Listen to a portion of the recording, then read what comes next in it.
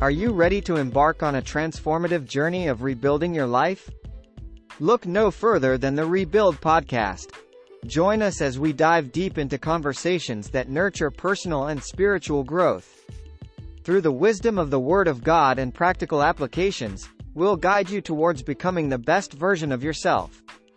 On this podcast, we will delve into a variety of topics and insights, ranging from mental and emotional well-being to personal development and spiritual growth. Together, we'll explore the paths to healing, resilience, and the restoration of inner peace. Subscribe now and let's rebuild our lives together, one uplifting conversation at a time.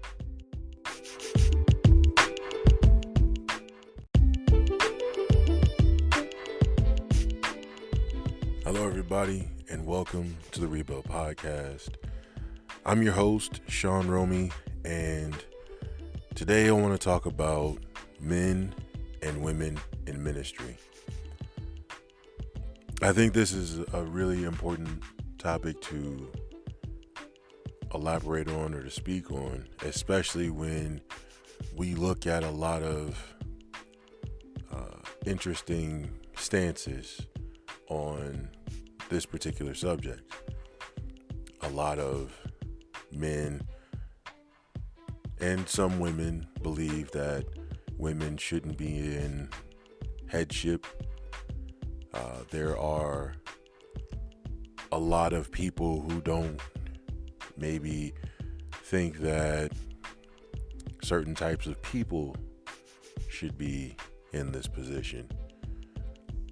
And I think being able to talk about this, describing what ministry is, and understanding the role that men and women play in ministry, I think will help us to be able to smooth out some of the misconceptions that may be out there, as well as, answering some questions or straightening or laying some things out that I think we've been passing down with lots of misinformation, if you will. So without further ado, let's go ahead and let's jump into this thing. So we're going to start off by talking about the divine model of ministry. And like we always do, we're going to start off with definition. Now, first part we're going to define is ministry, obviously. And ministry is defined as something used to achieve an end, or the group ordained to perform clerical functions in the Christian church. Now, something used to achieve an end, that speaks very much clearly to one of the big misconceptions that we're going to address here. But this is that, that men are heads and women are submissive, or there's a certain order and a man can't follow the lead of a woman. We're going to clear all of that up, like I said. But based off of what ministry is, these are things used to achieve an end, and that's what God did when he created us in the physical as well as in the spiritual. Now, in ministry, we have what's known as ministers. Now, there's different elements to this, right? We if you're familiar with the fivefold, then you know that there's pastors, there's teachers, there's evangelists, there's apostles, and there's prophets. And yes, all of those different positions fall under this element, if you will. But I'm not going to get into that. I just want to, let it be known that when we do refer to all of those folds, if you will, we're just going to refer to them as ministers, just to make it simple, make it easy. Okay. And a minister, by definition, is a person sent on a mission to represent another, or a person specially trained and authorized to conduct religious services in a Christian church or a person who acts or does business for another, which in all three cases, we can definitely see how, again, our purpose goes right back into this whole element. So do bear in mind that when it comes to being called a minister, being called someone in the fold, if you will, or if you're choosing to follow in God's will and purpose, automatically you're already referred to as a minister because you're on a mission to represent our Creator, God the Father. And we have an example to follow, obviously, that is Jesus Christ. So we are, in two different ways, we could say we're utilizing representation of our Creator, God the Father, and Jesus, the Son of God / the Son of Man. So we can see him, or we can see ourselves following him, because his likeness and his path obviously leads us back to following what God's will and purpose is. Anyway, there's a huge misconception though when we talk about as far as the ministry goes. And like I said, we just talked about one of the big ones, and that is that women can't lead men. Need I remind all of us that when it comes to the will and purpose of what a woman was as created in the very beginning, she was designed to be a helper, to help meet. And I know a lot of us, when we say help meet, we just think of help, but we don't really think about helping in terms of direction or guidance or, cultivation, if you will. So to say that one can't lead another in that regard, we could find ourselves in a lot of trouble. In fact, let's look up the definition of lead. And to lead is to guide on a way, especially by going in advance, or to direct on a course or in a direction, or to serve as a channel for, or to go through. And there are several other definitions here that we could utilize to describe this, but in essence, you're helping, or you're cultivating, or you're directing, or you're guiding someone in a certain direction. And if Eve's purpose was to help him meet his purpose, Adam's purpose, to fulfill his purpose, why wouldn't that be considered leadership? This is the way that we kind of train ourselves in viewing the idea of what leading is. We forget, and a lot of the fighting and narratives that come along with this is leading is all about positional authority, and I hate to say it this way, but the masculine or the patriarchal kind of view of what leading is. And we forget that when Christ came and when Christ was here, he was a servant leader. And anybody that knows or really understands or grasps what it is to be a leader, you are a servant just as much as you are a leader. In servitude, you are cultivating, you are guiding, you're nurturing. And all of these things help the people that we are guiding, leading, directing to fulfill purpose. So why then would we say that it's not good for a woman to be in lead? Misconception, if you will. And I do understand that Paul wrote in the Bible, and I believe in particular it was 1 Timothy chapter 2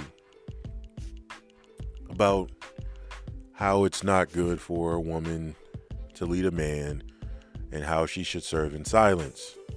And a lot of men especially have taken that and run with that because no man wants to be led by a woman.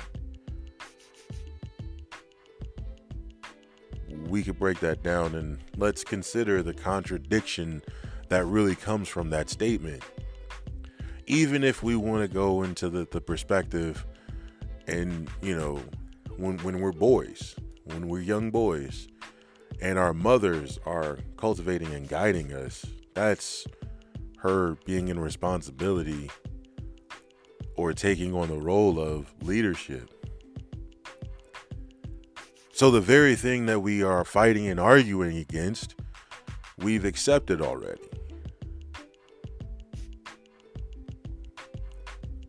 And I know some people might argue that too. Well, it might not have been in the church. This is where we really have to be open-minded again, because God's purpose, God's will, God's order, God's way, God's process, God's procedure, if you will,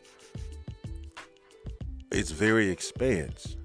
And a lot of the things that we see here on earth are to help us to recognize and connect to how he is and who he is and what he wants for us to do.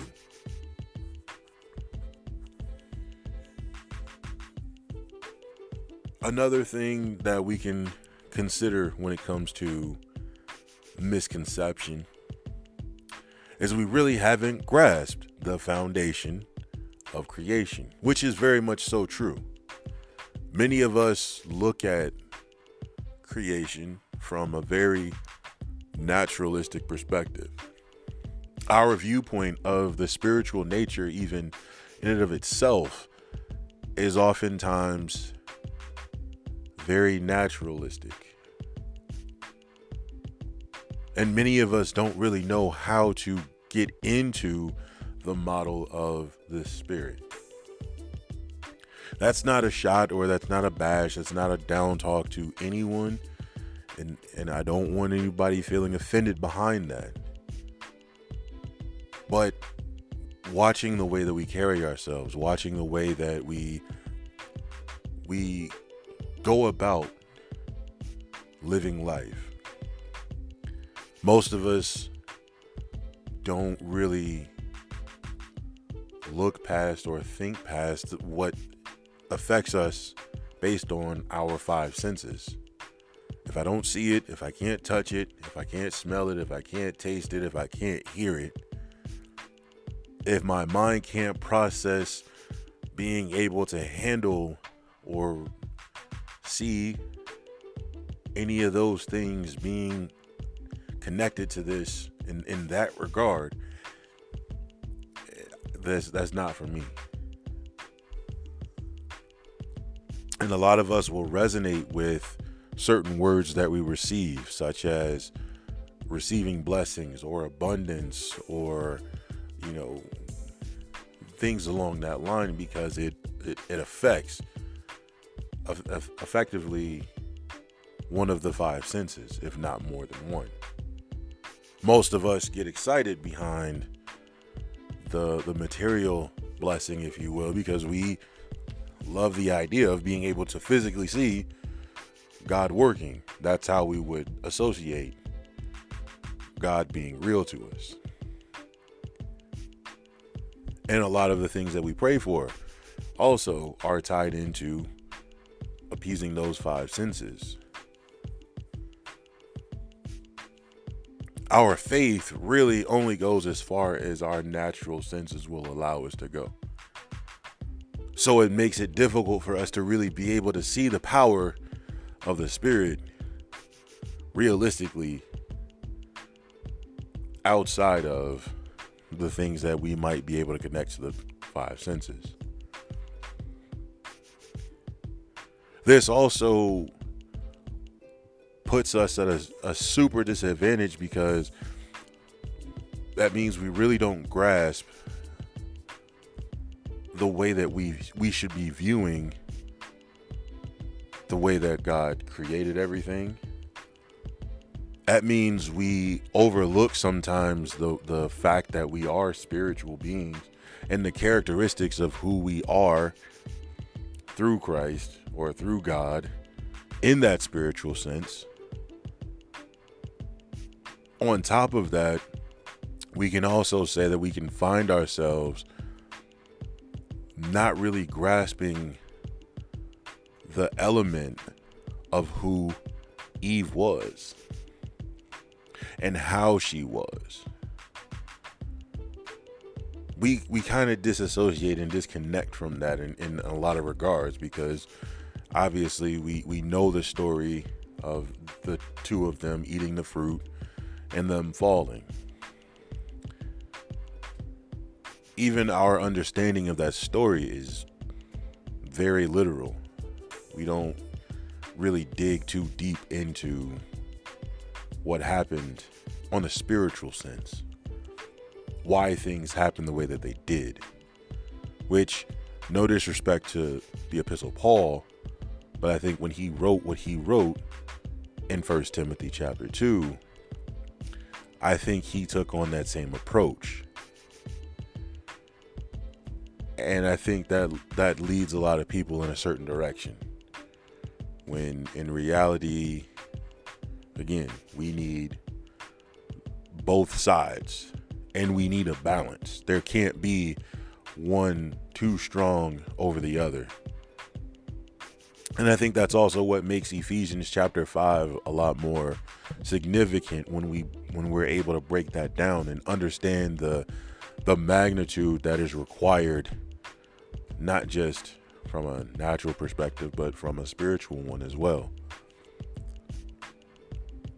Understanding that balance also allows us to understand, with regard to the divine model of ministry, what we need to do and how we should carry ourselves as individuals, just as much as in ministry, in marriage, in family, in community, because then we'll understand that dynamic of balance. Which ties into another major challenge or misconception, if you will, which is we're mostly in tune with the Logos, or the natural aspect of God's will and purpose, as we just explained. Because it's written, we take it as it's written. I don't mean to sound condescending, or I don't mean to sound like I'm talking down at you guys listening, but this is kind of the part where our imagination or our minds really would be able to take to, because we have to be open-minded to be able to see these things. I know for a lot of us, especially the way that we live life, many times in the circle of life, or the cycle of life, if you will, when we're children, we play, we get excited about things, we're all over the place, and it's beautiful. And I know, in that place, it's okay and it's acceptable because you're kids, we're kids. But even in childhood, sometimes a parent or an adult might get to a point where we try to pull that child into a place of understanding reality. Life is not this imaginative thing. And what hurts a lot of times behind that is once the child starts to close up that open-mindedness and starts to become more closed-minded. And again, this isn't a condescending thing or a disrespectful thing, but again, going through the cycle of life, it's kind of difficult to open that realm back up and to be open and imaginative and being able to see things outside of how things are written. One of the things that I've realized with regard to my time as a student during my school years, at one of my least favorite subjects has always been English. And the reason I never really cared for English was I never really liked the idea of having to be expressive. I didn't want to be expressive. I didn't want to get into detail, and I didn't like all of that. I really wanted to keep things, if 1 + 1 = 2, that's all you need to know. I don't need to write a 5-page paper on the foundation of 1 + 1 = 2. It didn't resonate with me. Ironically enough, that's one of my best subjects. And a lot of it has to do with, again, even from being in that place where you get to be expressive, in a lot of senses, especially when you're writing, you're doing a lot of analyzing, you're doing a lot of research, you're doing a lot of digging, right? Searching, finding, and you're putting all of this into your own words.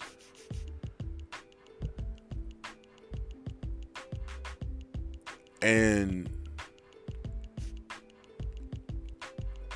I think, again, for us, when we get into that place, when we can accept or see things for ourselves and be able to express it in a way that another person could understand it, it does make life a little easier. But again, many of us, because of what it does, because of how it comes across, we typically, again, we close ourselves in. And as a result of doing that, when it does come to expressing ourselves, we kind of stick to whatever is safe. We don't get out there and really get deep into things, if you know what I mean, with regard to that. And that same thing applies with regard to understanding God's word.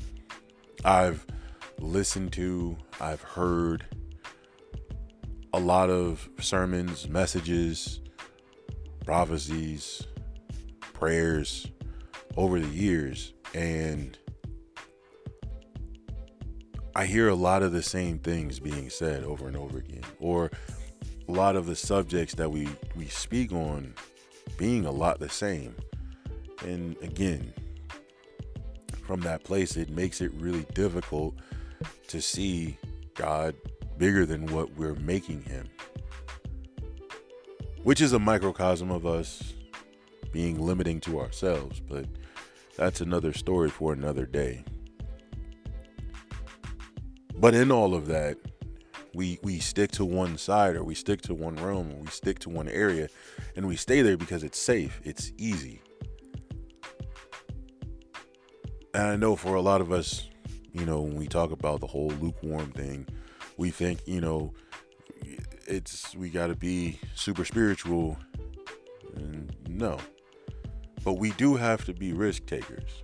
That means we have to step into some uncomfortable places. And again, when it comes to God's word, it's easier to stick to what's written because that's what's written. And the downside to that, again, is we're imbalanced in that regard. Same way we find ourselves imbalanced with the other misconceptions that we have, such as women can't lead, or women can't lead men for that matter, or not really grasping foundation of creation, if you will. And with that, again, we have to highlight this importance that we have to understand both sides to each element that God has set before us. So with the Logos word, that's the written word. We see that with regard to the Bible and all of its canons, if you will, because there's other books, there's other writings, there's other scripts that have been written about God and his purpose and his will that might not have made it into the 66th book that is known as the Bible.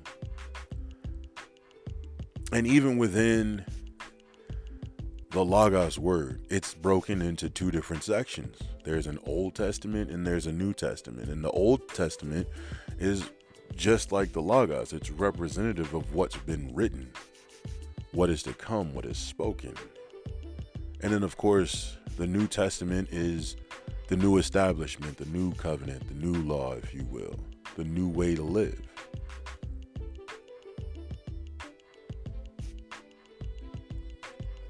There's that. We also see with regard to the word, there's also this word known as Rhema. And Rhema is a spoken word. And Rhema is translated to mean utterance. So these are the words that God speaks, and this is how we can find some of the things that have been placed in the Old Testament to be what they are, because God spoke them and someone wrote them down.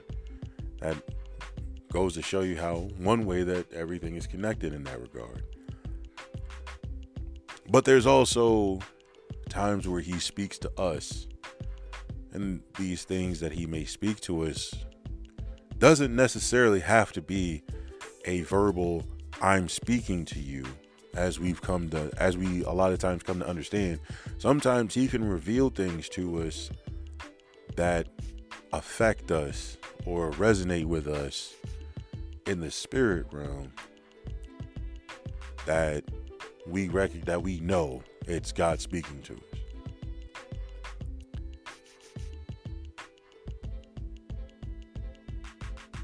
Not only do we have the Logos and the Rhema in terms of word, but then we have the spirit world and the physical world. And this goes back again to understanding the element of creation and how one is limitless and the other one is limited. But they're both needed in order for us to be able to, carry out our God-given mission. The same way we have our representation in the worlds, we also have giftings and meanings. We have natural giftings. We have things that we're really good at. Maybe you're really good at speaking to people. And that natural gifting allows you to have certain level of influence. And so you connect that into following God's will and purpose, and now you're able to help other people become better versions of themselves and to fall in line and in alignment with God's will and purpose.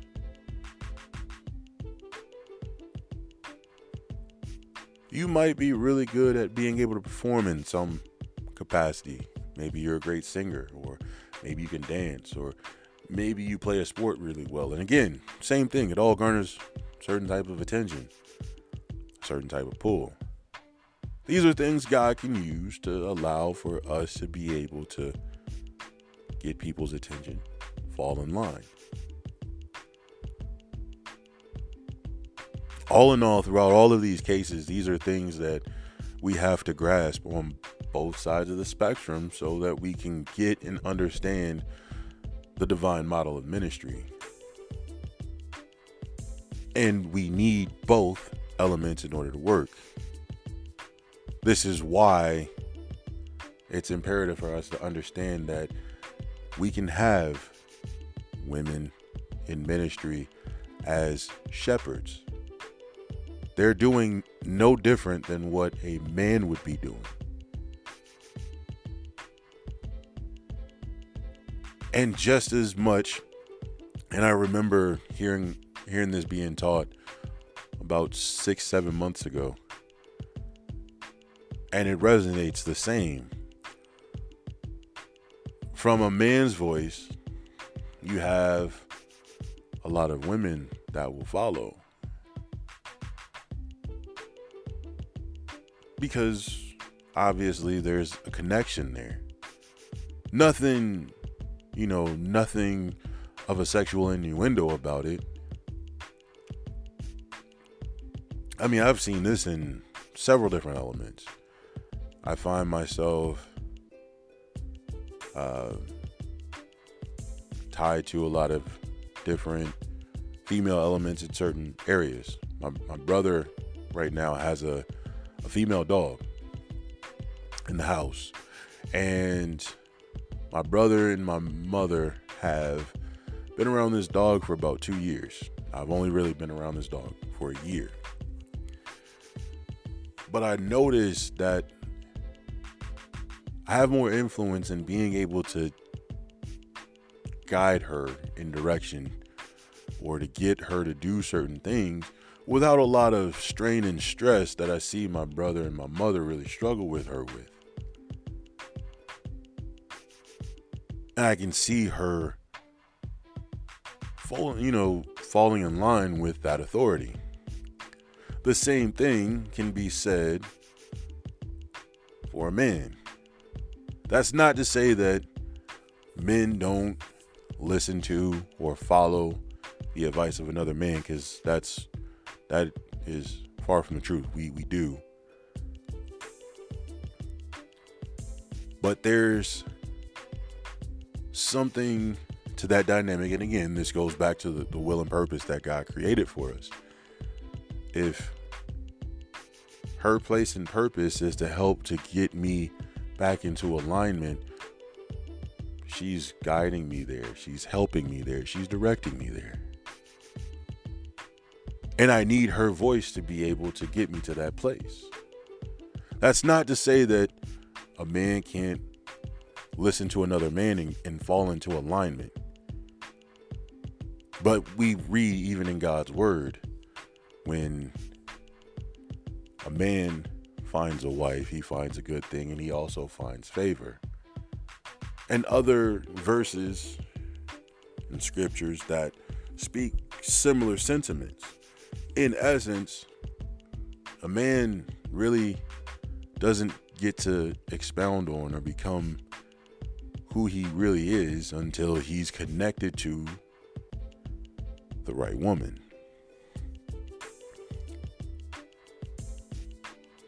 And let's look at the dynamic of the way that the church is set up, especially in today's day and age. We have a lot of men holding leadership positions. Lots and lots of men. And if the men folk are holding into the leadership position and being powerful in the church, where are all the men that are supposed to be following?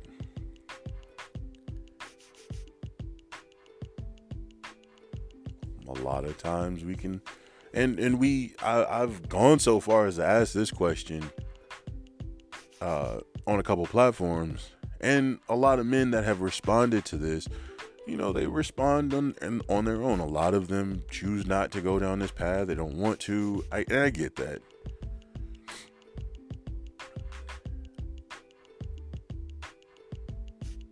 But I've also seen a lot of women ask this question too.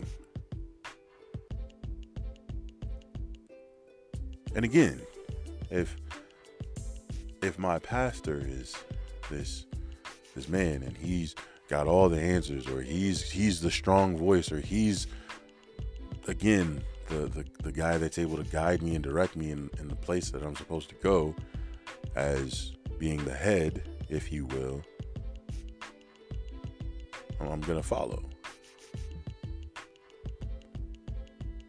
And again, we miss the imbalance behind that, because I've seen in several churches where you have a woman who is the first lady of the pastor, and she really doesn't have a voice.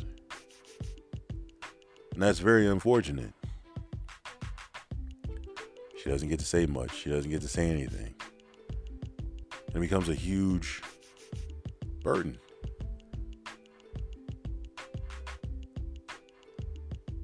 And we need her wisdom. We need her guidance.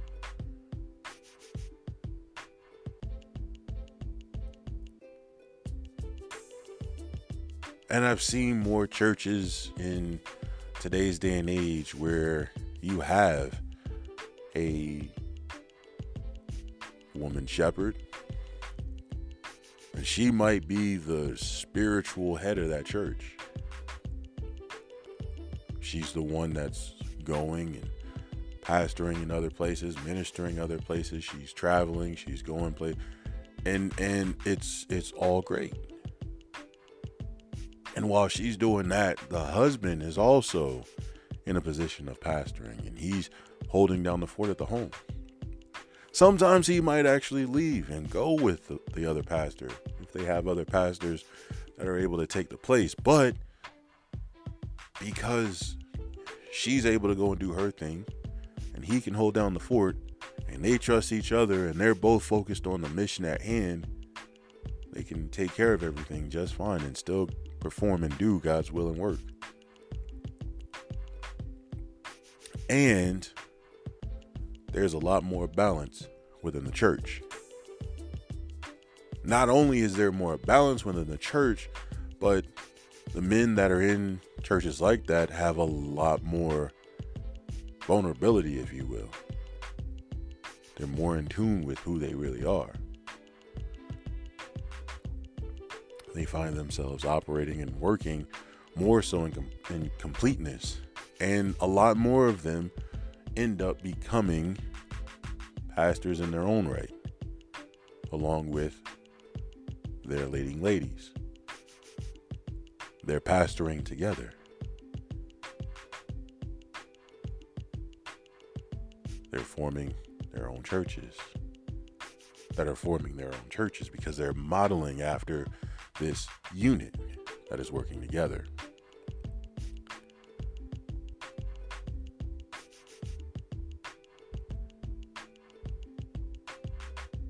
And again, understanding the model of creation, there's a spiritual representation and a natural representation, and seeing how the man and the woman are represented in all of creation, both naturally and spiritually, as well as how mankind was represented in the natural and the spiritual, as well as how God created all of the rest of creation, from the animals to the skies, to the land, and everything else, having a spiritual and a natural representation. Seeing two halves to this proverbial whole working together in unity puts us in a place where it's really necessary for us to have and understand the model of the two becoming one flesh. With imbalance comes a lot of extra work. That's never a good thing.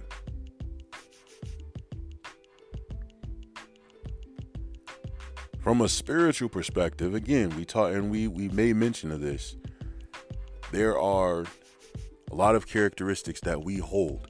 We might not be aware of them or understand them, because a lot of times when we speak about being made in the image and likeness of God, a lot of us refer to Genesis chapter 2, where we're made in the natural,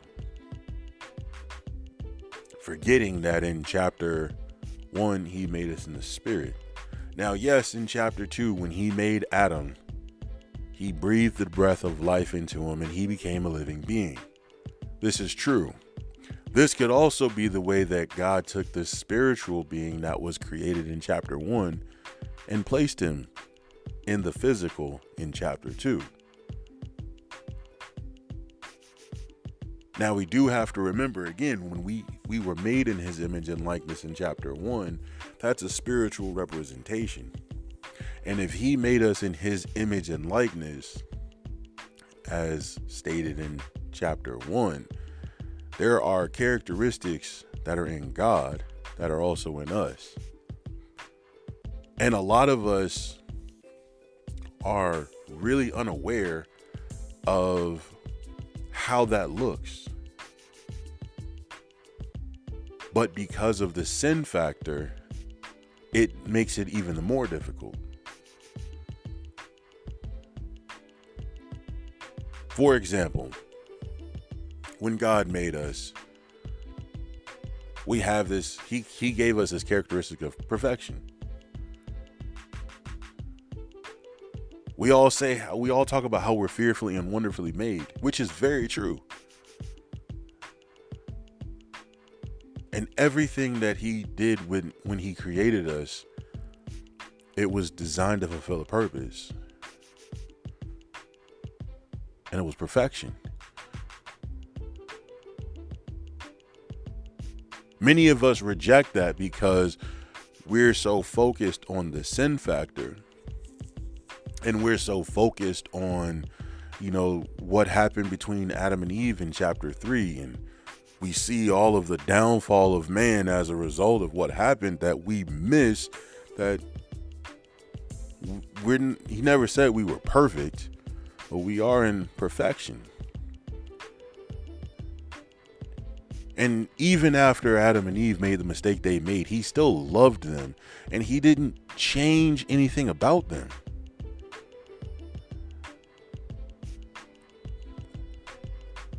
Which speaks to other characteristics such as beauty and love and peace. We've also misunderstood certain elements or characteristics of God within us, such as jealousy. The definition of jealousy is intolerance to unfaithfulness.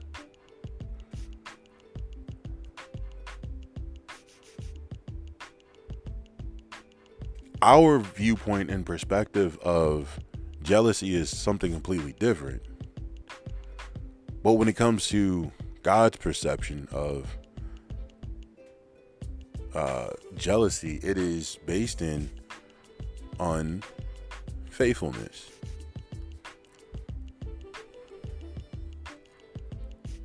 In fact, it's hostile toward a rival and one believed to enjoy an advantage, or intolerant of rivalry or unfaithfulness,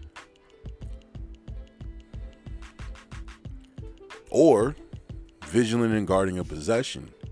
Now again, he made us in his image and likeness. So if he made us in his image and likeness, that would also mean that he wouldn't want anything bad to happen to us.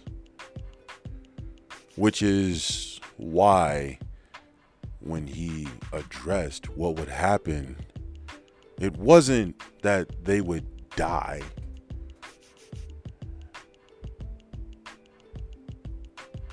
But it was more so a disconnect, which is exactly what happened. There was a disconnect. And for any mothers that have had that position, you know what it is when you've given birth to your child and you've been connected to this child for 9+ months, and now that the baby is birthed, everything that you gave to this child, and now you have to cut this cord that is essentially disconnecting you physically from this child.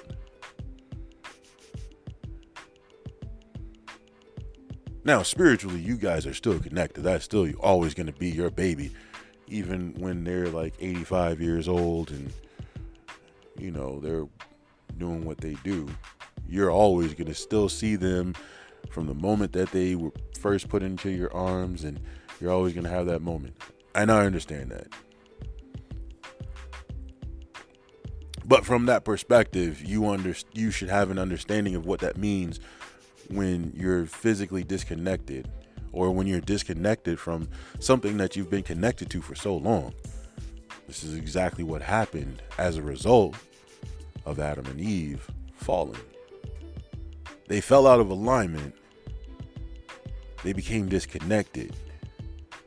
That was a death.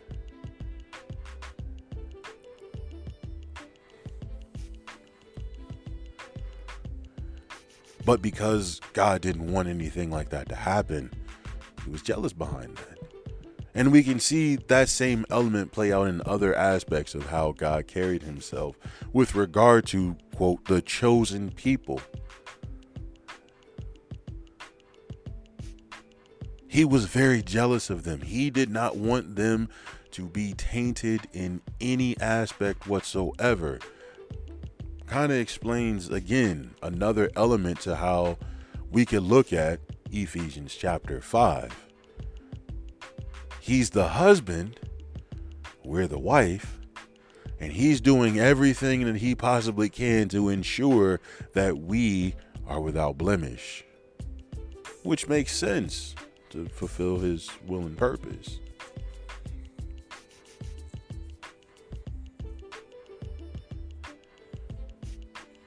From that same perspective, again, us having this spiritual being in us, this spiritual nature in us, and God's characteristics in us, that should let us know that we are connected to the spiritual realm. For many of us, we think of the spiritual realm as this super mystic and deep kind of thing. And I know that in today's day and age, we see a lot of people with gems and stones and rings and all these other things. And while those things, I can't speak for, experience, but if, while people are trying to connect into this realm with these things, we also have to understand that this place isn't so mysterious and deep to the point that we have to do these grandeur type actions to be able to access these things. But we do have to understand that there is a realm that we are connected to that does operate outside of what we're accustomed to in this physical world. And we have to understand that this realm that we're connected to, it is limitless. But we have to know what we're getting into when we get into it. This is part of the reason why we have to really understand this natural realm that we're in, so we know that the magnitude of how to carry ourselves in the spirit realm. This realm is also, or this element, the spiritual being, the spiritual nature, if you will, is often misunderstood, which also ties into, from this perspective, this is also tied into the way that we kind of see our women folk.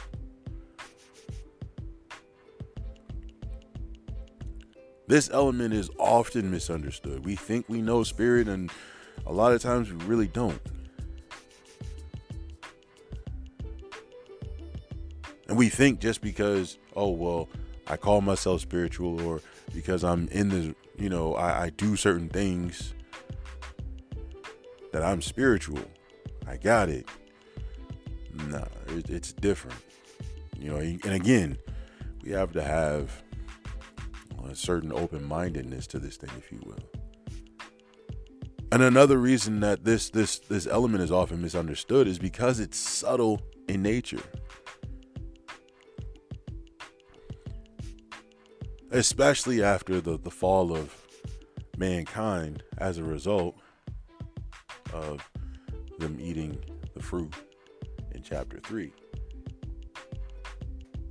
That disconnect really put us at a huge disadvantage, because now for us to understand or to connect to this spirit realm, we have to do a lot more work. And we have to find this spiritual aspect, this spiritual connection, this spiritual avenue in a way that we really have to seek him out.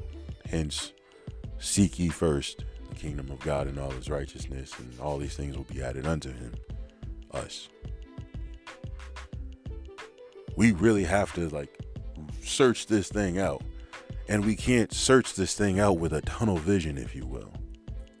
I know a lot of us talk about, you really do have to be tunnel vision. From a tunnel vision perspective, it's not really a tunnel.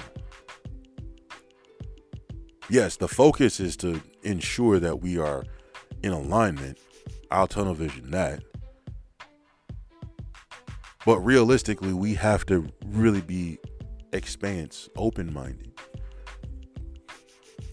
Because because it is so subtle, you're not going to see this a lot of times in the way that we would expect to see things.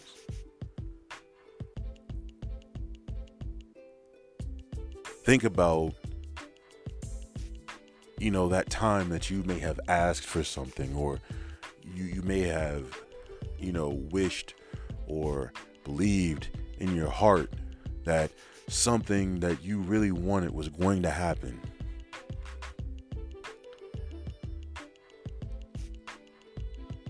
It wasn't necessarily that you were wanting this thing to happen, but you had a certain amount of faith being exercised in this thing. And you could see it already. You could see yourself operating in this thing and what it felt like and what it looked like. You went into great detail about this thing.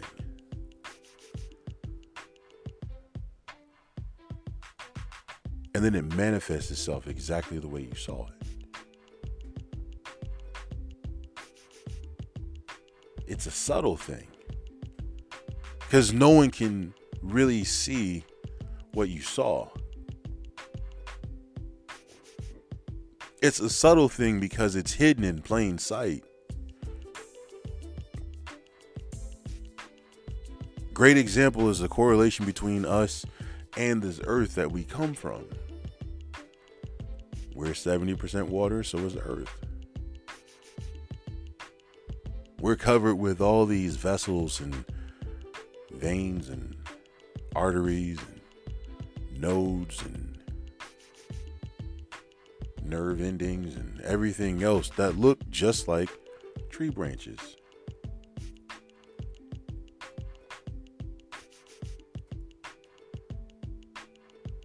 The fact that I still need another individual to help me to see my own issues and problems. There are a lot of things that we can find a lot of resolution with by looking outside of the normal realm that we typically handle ourselves in. But it's real subtle. That's why it's easy to kind of do some of the things we do the way that we do them. I.e., it's easy for us to be victims. It's easy for us to shift blame on others rather than take accountability and responsibility, because I don't have to really do much with it. And that hurts us.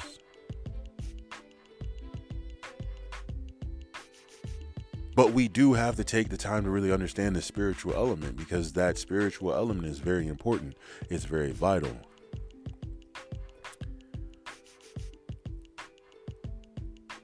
And just like its natural counterpart, it's also very important to understand.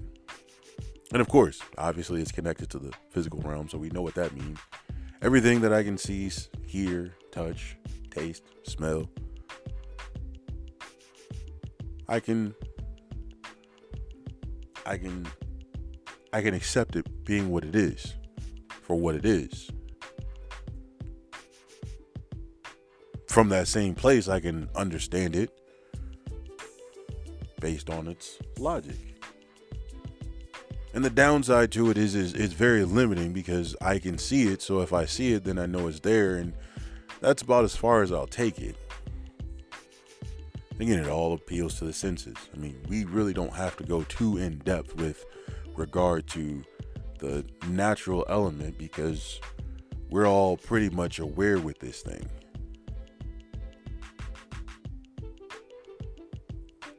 But I will say, when it comes to the basis that we carry ourselves out in the natural realm, it's important for us to be able to see or hear or touch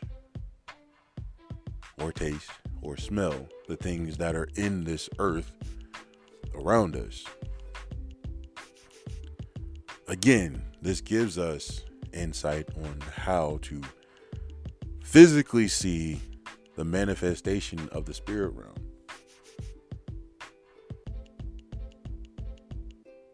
One great and important factor in this is everything that is created is dependent on something else. It doesn't matter if it's a spiritual element or a natural element. Everything has to work together in order for us to really understand and grasp its full potential.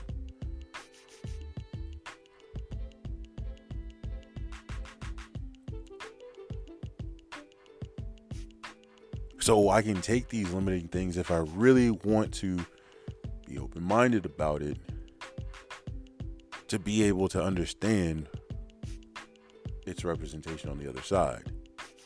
Now we go back to the story that I talked about, or the example I gave in the beginning, where I talked about the English language. Again, the subject in school, the one that I disliked the most. And again, over the years, I've come to be more accepting of it. I still don't really care for it as much because it's very subjective, if you will. But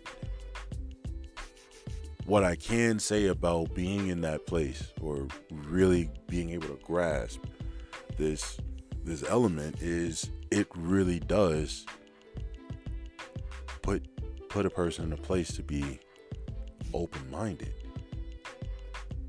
You think about reading Shakespearean poetry or poetry in general. There are certain things that we might say, and while those words might have their representation, or they might mean what they mean in a literal sense, they might have a deeper connotation to them, or a metaphoric representation, if you will, to something else. That's exactly how the ministry works. It's exactly how the spirit realm works.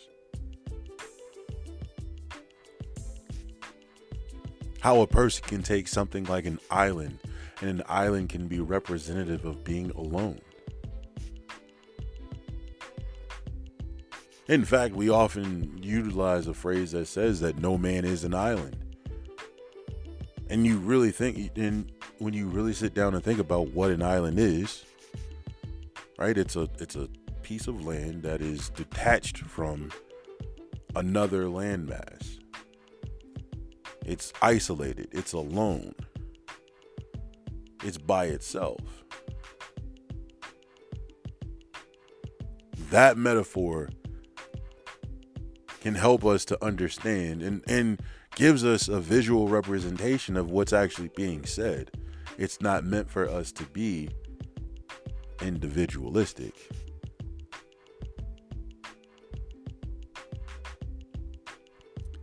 That's why it's imperative for us to understand that balance. So when it comes to choosing ministry, when it comes to following ministry, when it comes to understanding what ministry is, there's a natural representation. There's a spiritual representation.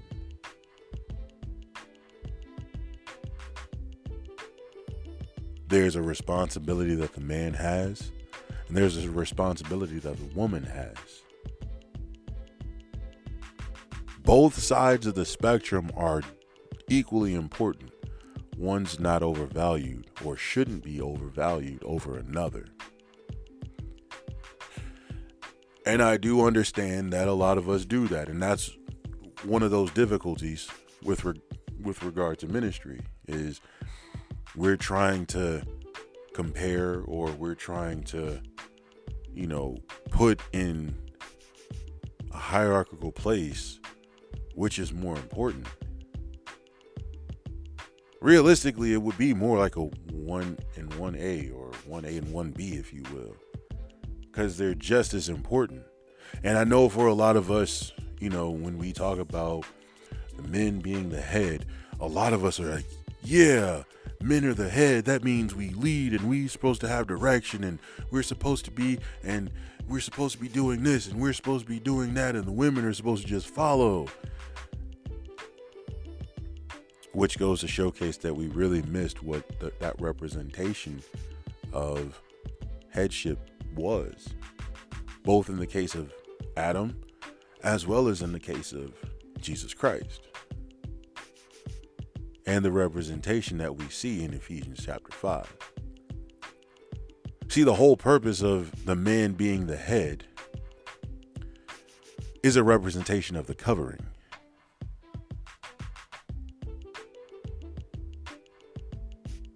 See, to be perfectly honest, the spiritual thing is the more powerful, if you will, based on design.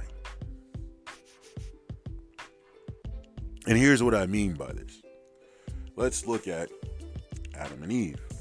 When Adam was made out of the dirt of the ground,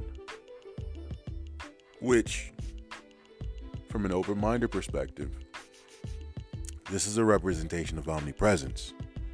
A lot of people might not be able to grasp that, or might not accept that, and might fight me over that or argue with me over that, and I get that, and I understand that. But that same omnipresence is a natural representation of this representation. Because everything that is attached to the ground, everything that we are connected to in the ground is really attached to or connected to the natural realm, if you will.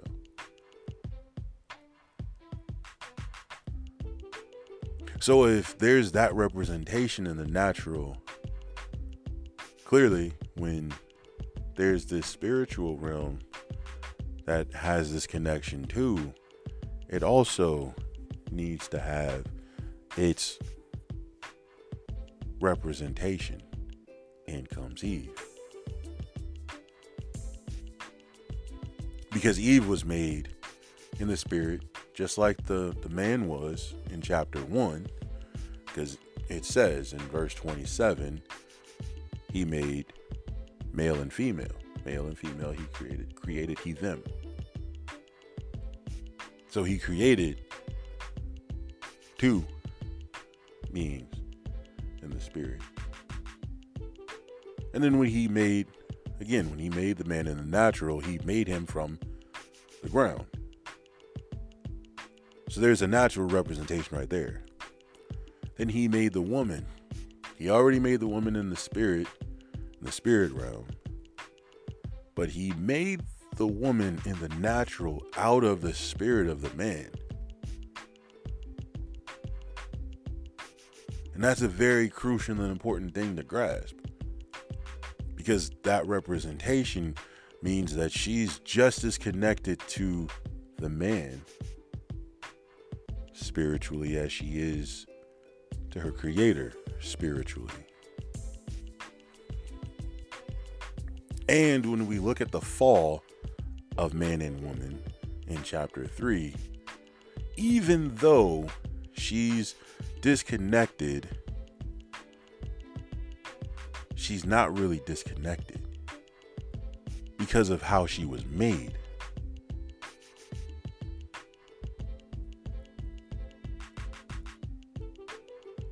She can still have access to God.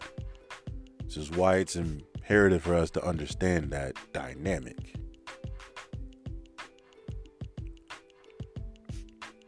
From a spiritual perspective, even when we look at that, the fall of man, or the fall of mankind, because they were both also spiritual beings in a physical body,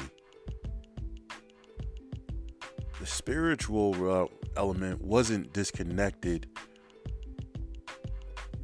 as a whole. The natural element was disconnected from the source. Therefore, we no longer are able to understand or grasp in its totality what we were supposed to be doing.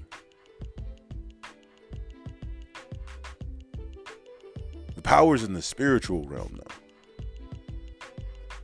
But the ability to work this thing in the natural is what the covering, the shell is for.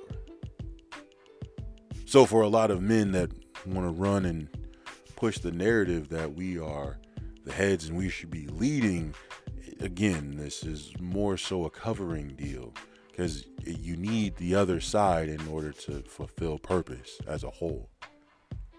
And as an individual, whether male or female, you really have to grasp and understand the importance of the spiritual element and the natural element to work together in order to even reach any kind of potential whatsoever.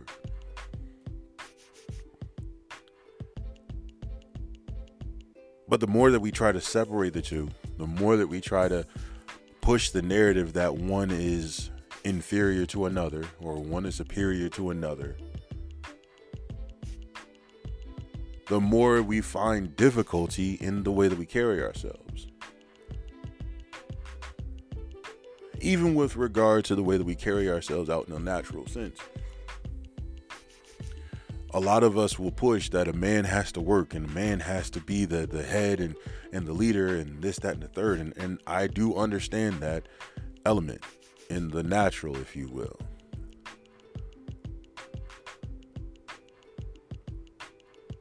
But when we look at the dynamic of a lot of marriages and relationships that fail, a lot of time it comes as a result of the man not being as involved in the relationship as the woman is. Why? Most of the time, the woman is operating in her ability, her God-given purpose. She's a nurturer. As well as a man. A man is also a nurturer. We'll talk about that in another episode. But she's a nurturer. She's taking care of the household. She's taking care of the children. She's taking care of all of the social things, if you will. The daily things. Where's the man, the husband? He's working. He goes to work to provide the resources for the woman to be able to fulfill purpose. But if the man is gone and he's not in the household, how is he helping fulfill purpose? Because he can't help cultivate the boy into becoming a man.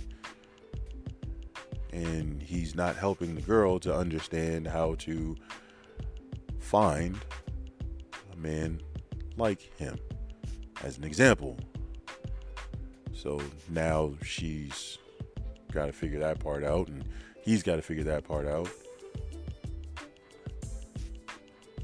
And we could take that even further because we see even now, because there's so much more demand, and the man is gone just as much as the woman is gone, because in a lot of cases both people have to fulfill monetary obligations. And in most of those families, the woman still comes home and has to be motherly and nurturing. That hurts. It's an imbalance. So we have to find a way to change this narrative, change this thought process, if you will. We have to find a way to build that unity between the man and the woman, which goes back to, again, understanding the purpose between the two. Why it's imperative for the man to represent a covering, what that looks like.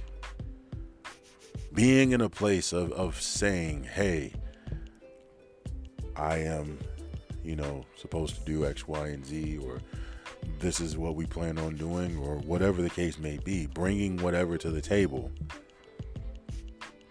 And a woman has just as much to give. And if you're working together, things work a little smoother.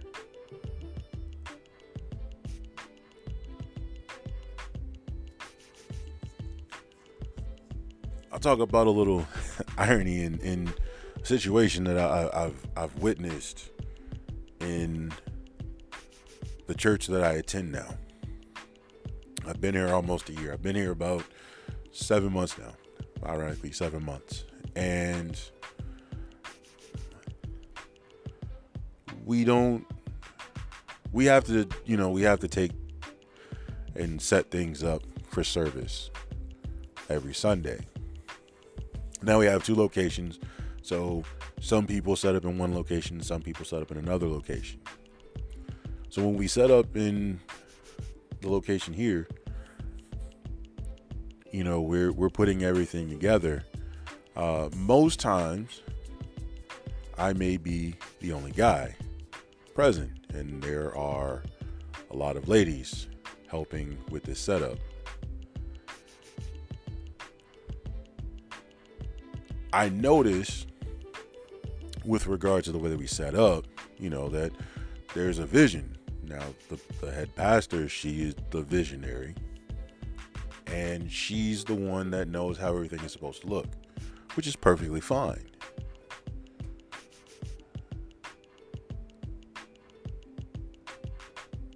I took a step back and I kind of really just let everybody kind of do what they naturally do, just to see how this dynamic works. Because the more I'm getting into this place of really understanding the balance, I really wanted to get into the place of seeing purpose kind of work in action, if you will.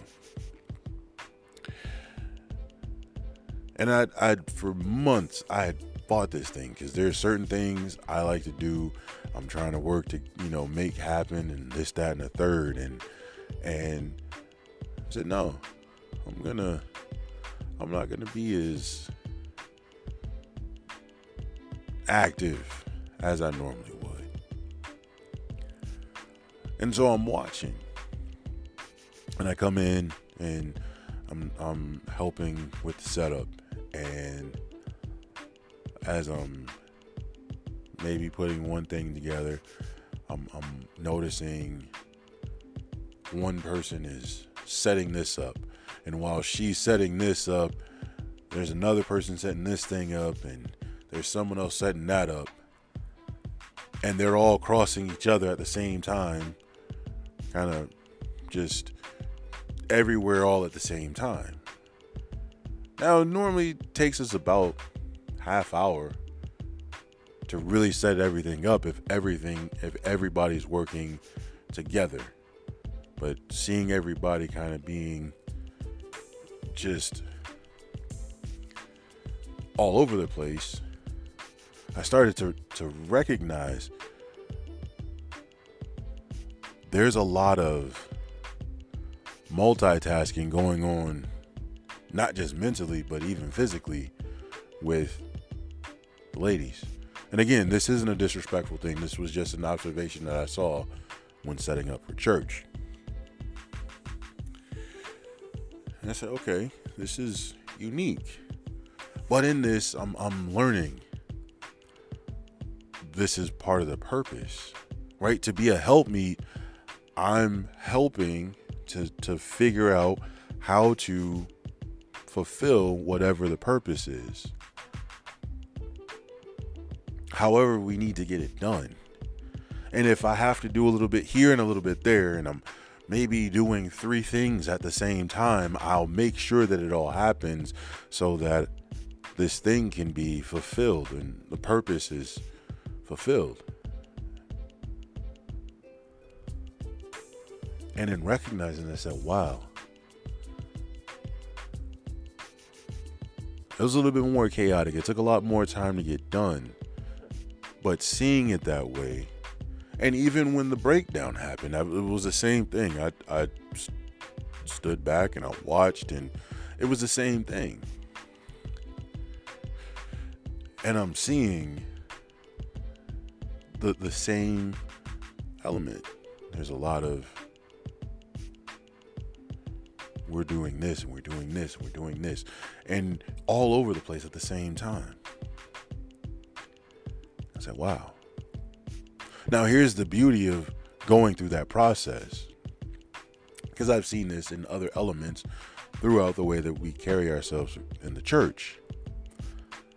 When I saw that, I saw maybe when it comes to us setting up the church now, we should have people fixated or focused on specific elements.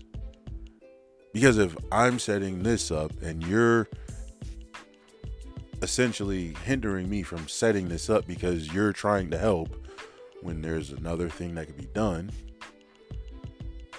we're spending more time trying to be here and there and there and there and there all at the same time when we could just focus on maybe a couple things and make things work a little smoother. And this is how you find being a visionary or fulfilling purpose as a quote covering or a leader. You're fixing and helping make things run smoother, more unified. Now, again, I'm not saying this from a perspective of saying that men are organized and women aren't, because that is far from the truth. Again, what I'm getting at is looking at the dynamic of the purpose. I saw helpmeet in action in a way that I never saw helpmeet in action before. But if we put helpmeet into a place or an area of focus, it's easier to get things done a lot more efficient.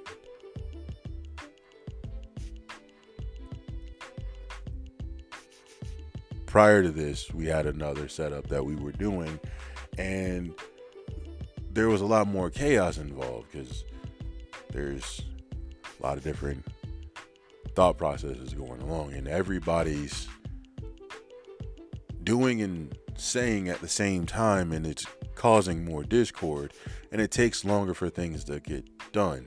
So by the time things actually do get done, we're starting later than we were supposed to, which is a terrible thing, because considering we try to give ourselves enough time, which we had plenty of, in order to set up, we're behind the 8 ball now, because now we have to rush to get everything else in order.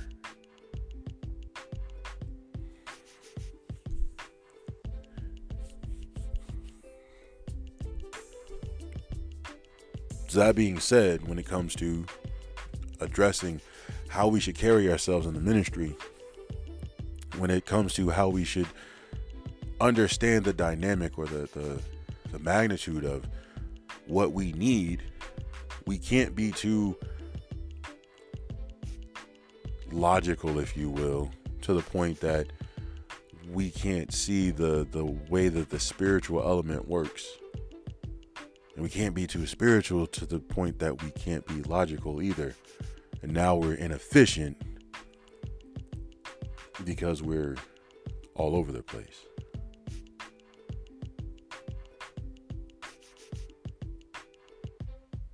So we have to learn how to embrace the position. We have to learn how to embrace the representation, if you will.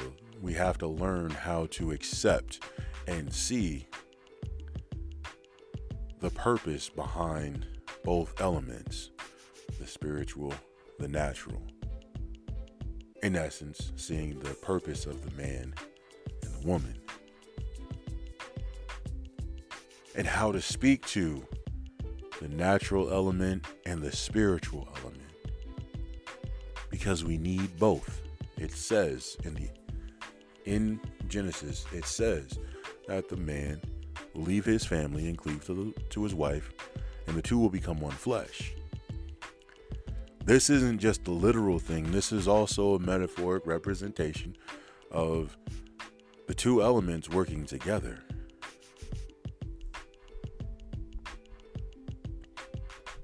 It's not just a man and a woman coming together, literally, to unite and become one.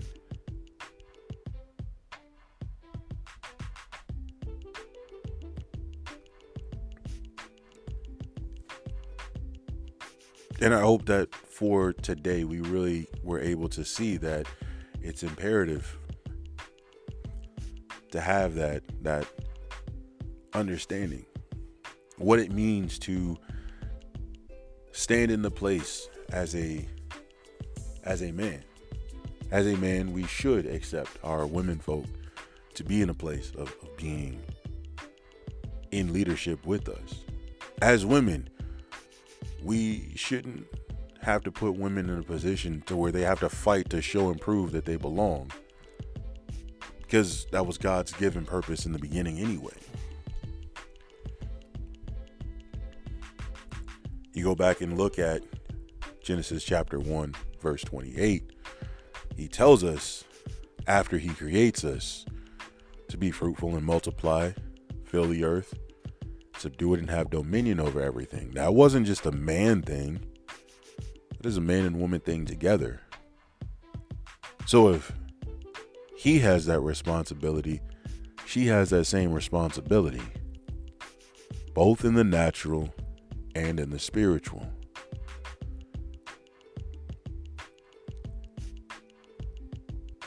And if the representation for both sides is the same, we can't neglect or deny that position.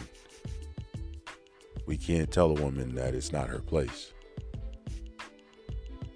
that she should be silent. She has just as much to bring to the table as the man does.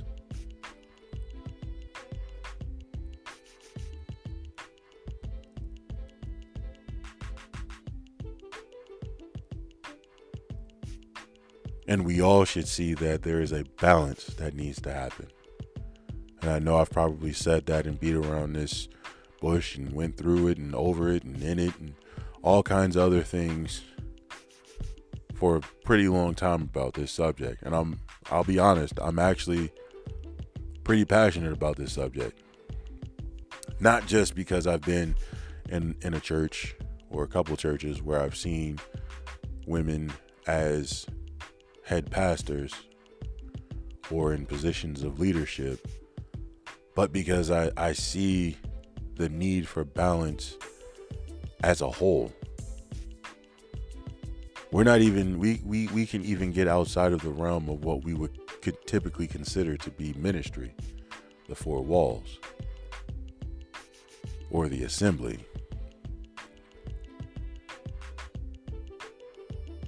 The home front. The family dynamic. That's a ministry. Our schools. Ministry. Our families. Ministry.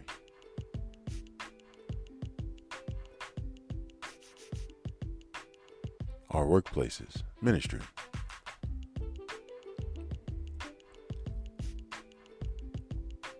And we have to know how to bring out the spiritual and the natural element in men and in women. We can't do that if we deny or reject one side or the other. That's imbalance. We can't be imbalanced. We'll never be able to fulfill purpose through that imbalance. Because that imbalance is also a representation of division, making one end stronger than the other, or rejecting or denying one side over another. That's division.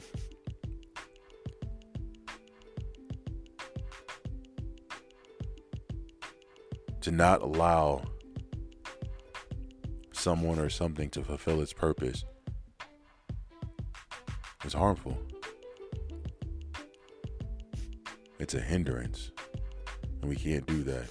God is a free-flowing being.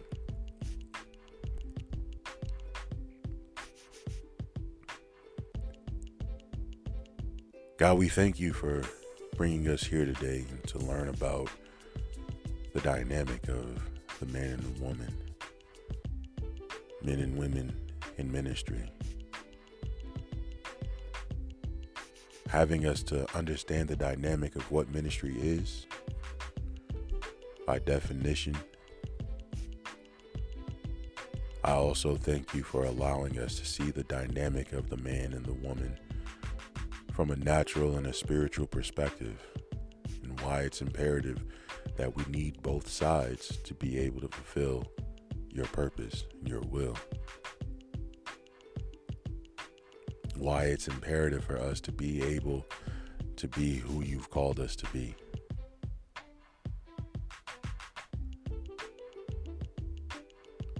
No more division. No more separation. No more misrepresentation of your will, your word, your purpose.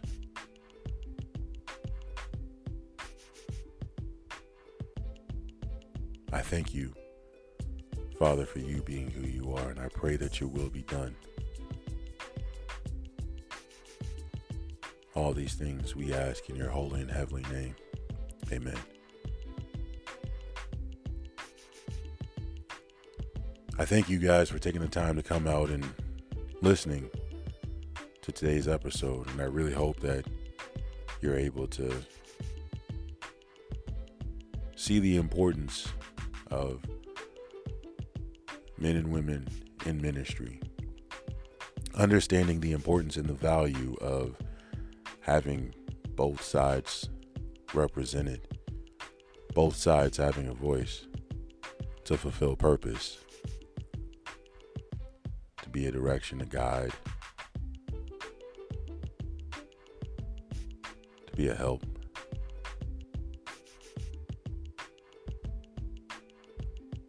And I pray that this finds you all well. And I pray that you're able to find your purpose and your success. And I love you all. Until next time, this is the Rebuild Podcast. And I'm your host, Sean Romy. Peace.